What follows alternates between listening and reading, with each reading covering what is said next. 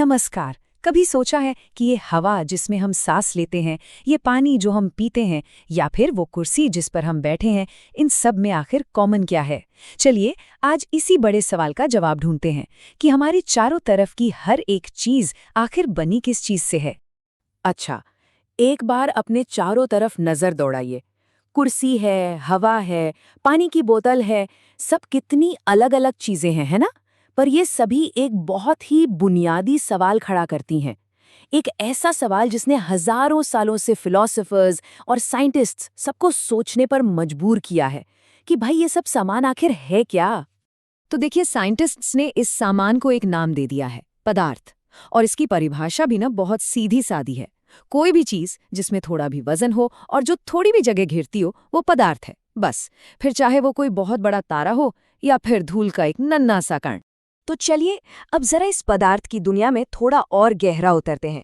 पता लगाते हैं कि ये एकदम छोटे माइक्रोस्कोपिक लेवल पर कैसा दिखता है और इसके राज क्या क्या हैं। सच पूछे तो पदार्थ हमारे पूरे ब्रह्मांड का ताना बाना है। हवा जिसमें हम सांस ले रहे हैं, वो दूर आसमान में टिमटिमाते तारे, या फिर पानी की एक अकेली बूंद, ये सब कुछ पदार्थ से ही बना है।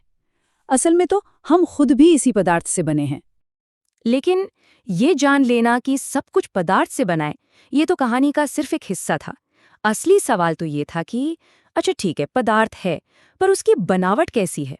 और इसी सवाल ने साइंटिस्ट्स को दो ग्रुप्स में बांट दिया था। एक ग्रुप का मानना था कि पदार्थ सतत है, मतलब लकड़ी के एक टुकड़े जैसा जिसमें कोई गैप नहीं, कोई जोड़ नहीं। वहीं दूसरे ग्रुप का कहना था कि नहीं, पदार्थ तो रेत के ढेर जैसा है, जो छोटे छोटे कणों से मिलकर बना है। तो लकड़ी या रेत, सच क्या था? इस बड़ी बहस का जवाब एक बहुत ही सिंपल से एक्सपेरिमेंट में छिपा है, जो हम सब ने कभी ना कभी देखा ही होगा।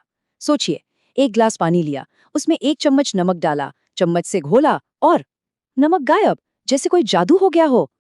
लेकिन क्या वो सच में गायब हो गया? अगर पानी लकड़ी के एक टुकड़े जैसा ठोस होता, तो नमक उसके अंदर जाता कैसे? और सबसे कमाल की बात तो ये है कि पानी का लेवल भी ऊपर नहीं आया। तो सवाल वही का वही है, आखिर वो नमक गया तो गया कहाँ? और यहीं पर सारा राज खुलता है। नमक गायब नहीं हुआ, उसके जो बेहद छोटे छोटे कण थे, वो पानी के कणों के बीच में जो खाली जगह थी ना, उसमें जाकर फिट हो गए।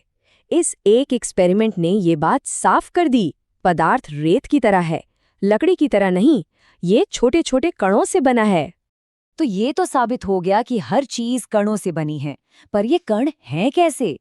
क्या वो बस एक जगह चुपचाप बैठे रहते हैं? बिल्कुल नहीं। असल में तो उनकी एक पूरी सीक्रेट दुनिया है। आइए जरा उसमें झांक कर देखते हैं। इन कणों की दुनिया ना बस 3 सिंपल से नियमों पर चलती है।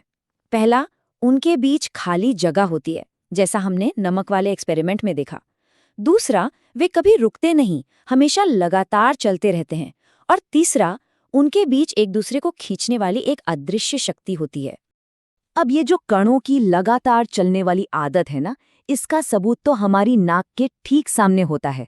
रसोई में कुछ बढ़िया पक रहा हो या कोई अगरबत्ती जला दे, तो उसकी खुशबू खुद ब खुद चलकर पूरे घर में कैसे फैल जाती है? इस प्रोसेस का साइंटिफिक नाम है विसरण।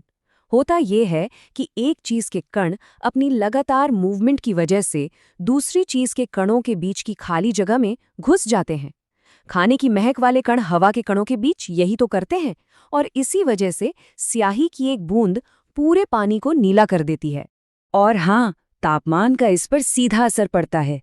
जब हम किसी चीज को गर्म करते हैं, तो असल में हम उसके कणों को एनर्जी दे रहे होते हैं, और एनर्जी मिलते ही वो और भी तेज भागने लगते हैं। बस यही वजह है कि गर्मा गर्म सूप की महक हम तक बहुत जल्दी पहुंचती है, ठंडे सलाद के मुकाबले। अब आते हैं तीसरे नियम पर, यानी आकर्षण पर। इसको समझने के लिए सोचिए कि ये कण डांसर्स का एक ग्रुप है। कुछ ग्रुप्स में, जैसे कि ये डांसर्स, सब एक दूसरे को बहुत मजबूती से पकड़ कर रखते हैं, हिलने तक की जगह नहीं छोड़ते। वहीं कुछ दूसरे ग्रुप्स होते हैं जहां ये पकड़ बहुत ढीली ढाली होती है, और डांसर्स आसानी से एक दूसरे से दूर जा सकते हैं, घूम फिर सकते हैं। कणों के बीच आकर्षण का बस यही फर्क तय कर देता है कि कोई चीज ठोस होगी, द्रव होगी या फिर गैस। तो चलिए अब कणों के इन 3 नियमों को, यानी जगह, गति और आकर्षण को मिलाकर देखते हैं कि कैसे ये तीनों मिलकर हमारे जाने पहचाने ठोस, द्रव और गैस बनाते हैं। ये टेबल इन तीनों स्टेट्स के बीच का मेन फर्क बिल्कुल साफ साफ दिखाती है। देखिए, ठोस का आकार और आयतन दोनों फिक्स्ड हैं। द्रव का आकार तो बदल जाता है पर आयतन फिक्स रहता है, और गैस वो तो पूरी तरह से आजाद है, ना कोई फिक्स्ड आकार ना कोई फिक्स्ड आयतन। और ये सब क्यों है? क्योंकि उनके कणों का बर्ताव अलग अलग है।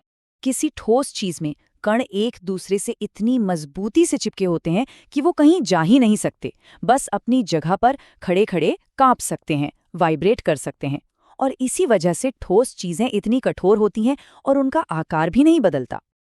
अब द्रव में कणों के बीच की पकड़ थोड़ी ढीली हो जाती है। वो रहते तो एक दूसरे के करीब ही हैं, लेकिन अब वो एक दूसरे के ऊपर से फिसल सकते हैं, और इसी फिसलन की वजह से वो बह पाते हैं और जिस भी बर्तन में डालो उसी का आकार ले लेते हैं। और गैस में तो कण पूरी तरह से आजाद हैं।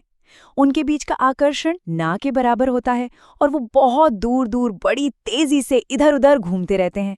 यही कारण है कि वो जिस भी कंटेनर में हो उसकी पूरी जगह घेर लेते हैं, और क्योंकि उनके बीच इतनी खाली जगह होती है उन्हें आसानी से दबाया भी जा सकता है। लेकिन रुकिए, पदार्थ की कहानी यहीं खत्म नहीं होती। ये जो अवस्थाएं हैं, ठोस, द्रव, गैस, ये कोई पत्थर की लकीर नहीं है। थोड़ी सी एनर्जी का लेन देन करके ये एक दूसरे में बदल सकती हैं, और ये हम हर रोज अपनी आंखों से देखते हैं। हम सब जानते हैं कि बर्फ को गर्म करो तो वो पिघलकर पानी बन जाती है। अब कणों के लेवल पर सोचें तो क्या हो रहा है? गर्मी की एनर्जी ठोस के कणों के वाइब्रेशन को इतना बढ़ा देती है कि वो अपने आकर्षण के बंधन तोड़कर एक दूसरे पर फिसलने लगते हैं, मतलब वो द्रव बन जाते हैं। बस यही एनर्जी है जो पदार्थ को एक रूप से दूसरे रूप में बदलती रहती है। तो आज की इस पूरी बातचीत का सार क्या है? यही कि हमारे आसपास की दुनिया जैसी दिखती है वैसी है नहीं। हर चीज, चाहे वो ठोस हो, द्रव हो या गैस, वो असल में अनगिनत न दिखने वाले कणों का एक लगातार चलने वाला डांस है। ये कण हमेशा चल रहे हैं, हमेशा बदलने के लिए तैयार हैं। अगली बार जब पानी का ग्लास उठाएं तो याद रखिएगा, वो सिर्फ पानी नहीं बल्कि खरबों नाचते हुए कणों का एक समंदर है,